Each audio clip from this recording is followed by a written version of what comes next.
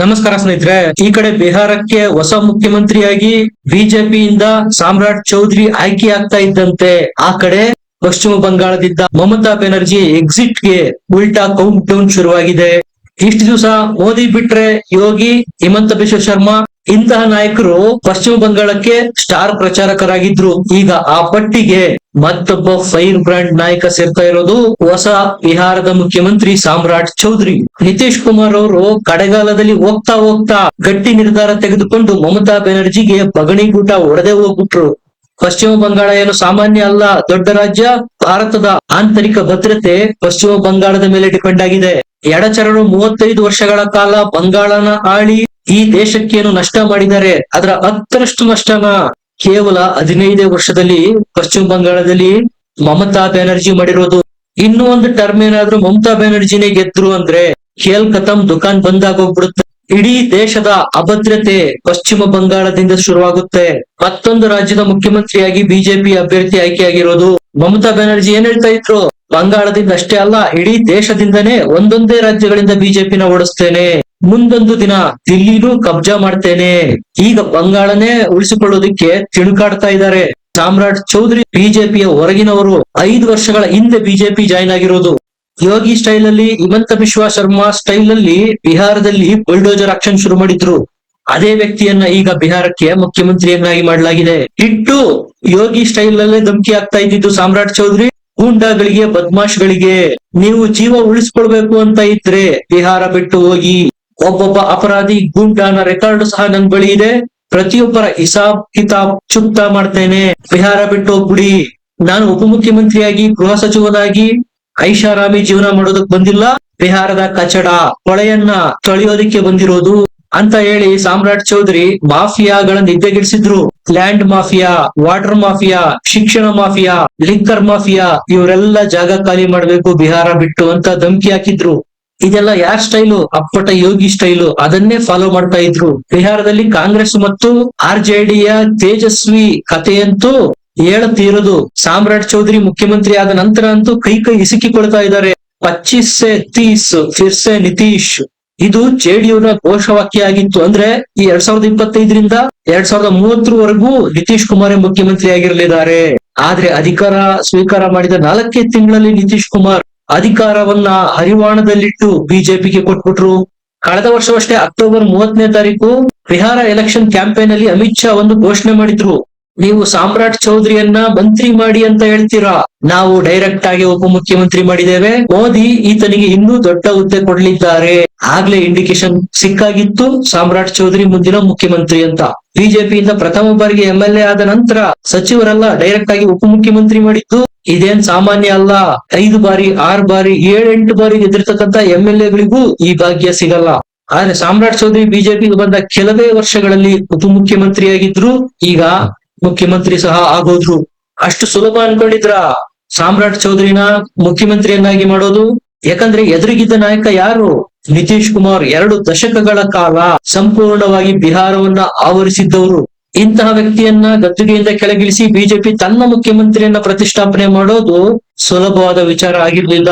ಆಶ್ಚರ್ಯ ಅನ್ನುವಂತೆ ಬಿಜೆಪಿ ಮುಖ್ಯಮಂತ್ರಿ ಅಭ್ಯರ್ಥಿಯಾಗಿ ಸಾಮ್ರಾಟ್ ಚೌಧರಿ ಹೆಸರನ್ನ ನಿತೀಶ್ ಕುಮಾರ್ ಮುಂದೆ ಇಟ್ಟಾಗ ಒಂದು ಮರು ಮಾತಾಡದೆ ನಿತೀಶ್ ಕುಮಾರ್ ಒಪ್ಪಿಕೊಂಡು ಬಿಟ್ರು.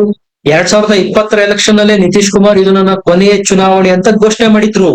ಆಗ ಅಧಿಕಾರಕ್ಕಾಗಿ ಹಸಿದ ಸಿಂಹಗಳ ರೀತಿ ಅಪಹಪಿಸ್ತಾ ಇದ್ದ RJD ಮತ್ತು ಕಾಂಗ್ರೆಸ್ ಅಪಪ್ರಚಾರ ಮಾಡೋದಕ್ಕೆ ಶುರು ಮಾಡಿತು. ಇದರ ಅನಾಹುತವನ್ನು ಅರಿತ ಬಿಜೆಪಿ, ಈಗಲೇ ನೀವು ಅಧಿಕಾರದಿಂದ ದೂರ ಹೋಗೋದ್ ಬೇಡ, ಸಮಯ ಸಂದರ್ಭನ ನಾವೇ ಹೇಳ್ತೇವೆ, ನೀವೇ ಮುಖ್ಯಮಂತ್ರಿಯಾಗಿ ಮುಂದುವರಿರಿ ಅಂತ 2020ರಿಂದ ಇಲ್ಲಿವರೆಗೂ ನಿತೀಶ್ ಕುಮಾರ್ ಅನ್ನ ತಳ್ಳಿಕೊಂಡು ಬಂತು ಬಿಜೆಪಿ. ಯಾಕಂದ್ರೆ ಆಗ ಏನಾದ್ರೂ ನಿತೀಶ್ ಕುಮಾರ್ 2020ರಲ್ಲಿ ರಾಜಕೀಯದಿಂದ ಹಿಂದೆ ಸರಿದಿದ್ರೆ JDU ಒಡೆದು ಹೋಳು ಮಾಡೋದಕ್ಕೆ RJD ಮತ್ತು ಕಾಂಗ್ರೆಸ್ ಬೇಕಾದ ಎಲ್ಲ ಸಿದ್ಧತೆಯನ್ನ ಮಾಡ್ಕೊಂಡಿದ್ವು. ಅಧಿಕಾರದ ಆಸೆಯಿಂದ ಜೊಲ್ಲು ಸುರಿಸಿಕೊಂಡು ಕಾಯ್ತಾ ಇದ್ದ ಕಾಂಗ್ರೆಸ್ ಮತ್ತು RJDಗೆ ಬಿಹಾರದ ಮುಖ್ಯಮಂತ್ರಿ ಹುದ್ದೆ ಹುಳಿ ದ್ರಾಕ್ಷಿಯಾಗೋಗಿದೆ. ನಿತೀಶ್ ಕುಮಾರ್, ಮೋದಿ ಮತ್ತು ಅಮಿತ್ ಶಾ 3 ಜನ ಸೇರಿ 2020ರಲ್ಲೇ 5 ವರ್ಷದ ಹಿಂದೆನೆ ಬಿಹಾರದ ರಾಜಕೀಯ ಭವಿಷ್ಯ ಏನಾಗಿರ್ಬೇಕು ಅಂತ ಡಿಸೈಡ್ ಮಾಡಿಯಾಗಿತ್ತು. ಆಗ್ಲೇ ಬಿಹಾರದ ಮುಖ್ಯಮಂತ್ರಿ ಯಾರಾಗ್ಬೇಕು ಅನ್ನುವ ಬ್ಲೂ ಪ್ರಿಂಟ್ ರೆಡಿಯಾಗಿತ್ತು. ನೀವು ನಿಮ್ಮ ಮನೆಯಲ್ಲೇ ನಿಮ್ಮ ಅಣ್ಣ ತಮ್ಮಂದಿರ ಮೇಲೆನೆ ವಿಶ್ವಾಸ ಇಡೋದಿಲ್ಲ, ಅಂತದ್ರಲ್ಲಿ ರಾಜಕೀಯದಲ್ಲಂತೂ ಇನ್ನೊಬ್ಬರ ಮೇಲೆ ಯಾರೂ ವಿಶ್ವಾಸ ಇಡೋದಿಲ್ಲ. ಆದ್ರೆ ನಿತೀಶ್ ಕುಮಾರ್ ಬಿಜೆಪಿ ಮೇಲೆ ವಿಶ್ವಾಸ ಇಟ್ಟು ಬಾಳೆಹಣ್ಣು ಸುಲಿದಷ್ಟೇ ಸರಾಗವಾಗಿ ತನ್ನ ಮುಖ್ಯಮಂತ್ರಿ ಹುದ್ದೆಯನ್ನ ಅರಿವಾಣದಲ್ಲಿಟ್ಟು ಬಿಜೆಪಿಗೆ ಕೊಟ್ರು. ಯಾಕಂದ್ರೆ ಇದೇ ದೇಶದಲ್ಲೇ ಶರದ್ ಪವಾರ್ ನಂತಹ ಮುದಿಗೂಬೆ ವಯಸ್ಸಾಗಿದ್ರು ವೀಲ್ ಚೇರ್ ಮೇಲೆ ಓಡಾಡ್ತಾ ಇದ್ರು, ಇನ್ನೂ ನನಗೆ ಅಧಿಕಾರ ಬೇಕು, ಅದಾಗ್ಬೇಕು ಇದಾಗ್ಬೇಕು ಅಂತ ಅಪಹಪಿಸುವ ಭ್ರಷ್ಟ ರಾಜಕಾರಣಿಗಳ ನಡುವೆ ನಿತೀಶ್ ಕುಮಾರ್ ಮಾದರಿಯಾಗಿ ನಿಲ್ತಾರೆ. ಲಾಜಿಕ್ ನೀವೇ ಯೋಚನೆ ಮಾಡಿ. ನಿತೀಶ್ ಕುಮಾರ್ ಮನಸ್ಸು ಮಾಡಿದ್ರೆ ತನ್ನ ಸ್ಥಾನದಲ್ಲಿ ತನ್ನ ಮಗನನ್ನ ಕೂರಿಸಬಹುದಾಗಿತ್ತು. ಬಿಜೆಪಿ ಮತ್ತು ಜೆಡಿಯು ಹೆಚ್ಚು ಕಡಿಮೆ ಬರಾಬರ್ ಸೀಟ್ಗಳನ್ನೇ ಗೆದ್ದಿರೋದು. ಕೇಂದ್ರದಲ್ಲಿ ಈಗ ಬಿಜೆಪಿಗೆ ಸ್ವಂತ ಬಲದಲ್ಲಿ ಅಧಿಕಾರ ಇಲ್ಲ. ನಿತೀಶ್ ಕುಮಾರ್ ಮತ್ತು ಚಂದ್ರಬಾಬು ನಾಯ್ಡು ಅವರ ಆಸರೆಯಿಂದ ಅಧಿಕಾರದಲ್ಲಿರೋದು. ಒಂದೇ ಒಂದು ಧಮ್ಕಿ ಹಾಕಿದ್ರು ಸಾಕಾಗಿತ್ತು ನಿತೀಶ್ ಕುಮಾರ್, ಬಿಜೆಪಿ ಸೈಲೆಂಟ್ ಆಗಿ ಬಿಡ್ತಾ ಇತ್ತು. ಜಿ ಹುಜೂರ್ ಅಂತ ನಿತೀಶ್ ಕುಮಾರ್ ಮಾತನ್ನೇ ಕೇಳ್ತಾ ಇತ್ತು. ಆದ್ರೆ ನಿತೀಶ್ ಕುಮಾರ್ ಹಾಗೆ ಮಾಡ್ಲಿಲ್ಲ. ಈ ಹಿಂದೆ ಕೊಟ್ಟ ಮಾತಿನಂತೆ ಸುಲಲಿತವಾಗಿ ಅಧಿಕಾರ ಹಸ್ತಾಂತರ ಮಾಡೇ ಬಿಟ್ರು. ಬೇರೆ ಎಲ್ಗೂ ಯಾಕೆ ಹೋಗ್ತೀರಾ, ಕರ್ನಾಟಕದಲ್ಲೇ ತಗೊಳ್ಳಿ. ಯಡಿಯೂರಪ್ಪನವರು ಅಧಿಕಾರ ಬಿಡುವಾಗ ಸುಮ್ನೆ ಬಿಟ್ಕೊಟ್ರ. ಅದೇ ಯಡಿಯೂರಪ್ಪನವ್ರಿಗೆ ಕುಮಾರಸ್ವಾಮಿ ಅವರು ಹುದ್ದೆ ಬಿಡುವಾಗ ಈಸಿಯಾಗಿ ಬಿಟ್ಕೊಟ್ರ. ಹಿಂದಕ್ಕೆ ಯಾಕೆ ಹೋಗ್ತೀರಾ? ಹೀಗೆ ನೋಡಿ, ಕರ್ನಾಟಕದಲ್ಲಿ ಮುಖ್ಯಮಂತ್ರಿ ಹುದ್ದೆಗಾಗಿ ಸಿದ್ದರಾಮಯ್ಯನವರು ಮತ್ತು ಡಿ ಕೆ ಶಿವಕುಮಾರ್ ಅವರ ನಡುವಿನ ಕುಸ್ತಿ ಕಾಳಗ. ನಾ ಕೊಡೆ ನೀ ಬಿಡೆ ಅನ್ನುವ ಪರಿಸ್ಥಿತಿ ಇದೆ. ಇಂತಹ ಕಾಲಘಟ್ಟದಲ್ಲಿ ಮುಖ್ಯಮಂತ್ರಿ ಹುದ್ದೆಯನ್ನ ಅರಿವಾಣದಲ್ಲಿ ಇಟ್ಕೊಡೋದು ಅಂದ್ರೆ ಸುಮ್ನೆನಾ? ಸ್ನೇಹಿತರೆ, ಬಿಹಾರನ 20 ವರ್ಷಗಳ ಕಾಲ ನಿತೀಶ್ ಕುಮಾರ್ ಆಳಿರೋದು.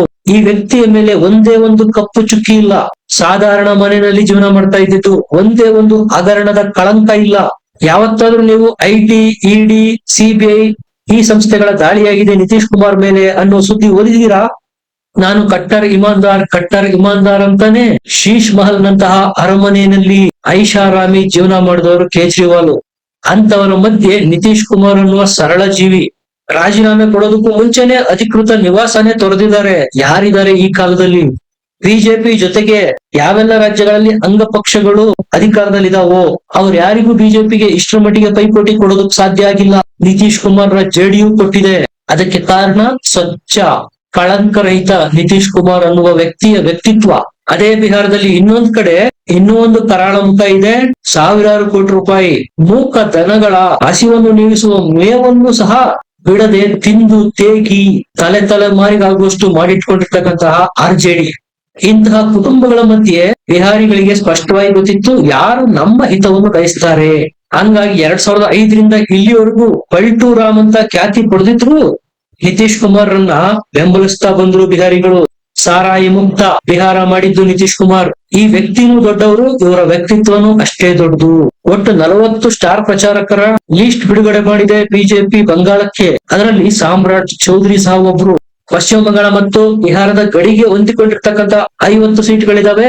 ಅದರಲ್ಲಿ ಬಿಹಾರಿಗಳ ಪ್ರಭಾವ ಜಾಸ್ತಿ ಇದೆ. ಈ 50 ಸೀಟ್ಗಳಲ್ಲಿ ಆಲ್ಮೋಸ್ಟ್ ಎಲ್ಲ ಬಿಜೆಪಿ ಬುಟ್ಟಿಗೆ ಬೀಳ್ತಾ ಇದಾವೆ. ಮಾಲ್ಡಾ, ಉತ್ತರ ದಿನಾಜ್ಪುರ್, ದಕ್ಷಿಣ ದಿನಾಜ್ಪುರ್, ವೀರ್ಭೂಮಿ, ಮುರ್ಷಿದಾಬಾದ್ ಇಲ್ಲೆಲ್ಲ ಬಿಹಾರಿಗಳಿದ್ದಾರೆ. ಕುಶ್ವಾಹಾ, ಕೂರ್ಮಿ, ಯಾದವ್ ಇನ್ನಿತರ ಹಿಂದುಳಿದ ಸಮುದಾಯಗಳಿದಾವೆ. ಈ ಓಟ್ಗಳನ್ನ ಪಡೆಯೋದಕ್ಕೆ ಸಾಮ್ರಾಟ್ ಚೌಧರಿಯನ್ನ ಬಳಸ್ತಾ ಇದೆ ಬಿಜೆಪಿ. ಇದರ ಬಗ್ಗೆ ನಿಮ್ಗೆ ಏನ್ ಅನ್ಸುತ್ತೆ? ಕಮೆಂಟ್ ಮಾಡಿ, ಲೈಕ್ ಮಾಡಿ, ಚಾನಲ್ ನ ಸಬ್ಸ್ಕ್ರೈಬ್ ಮಾಡಿ. ಮತ್ತೆ ಸಿಗೋಣ. ನಮಸ್ಕಾರ.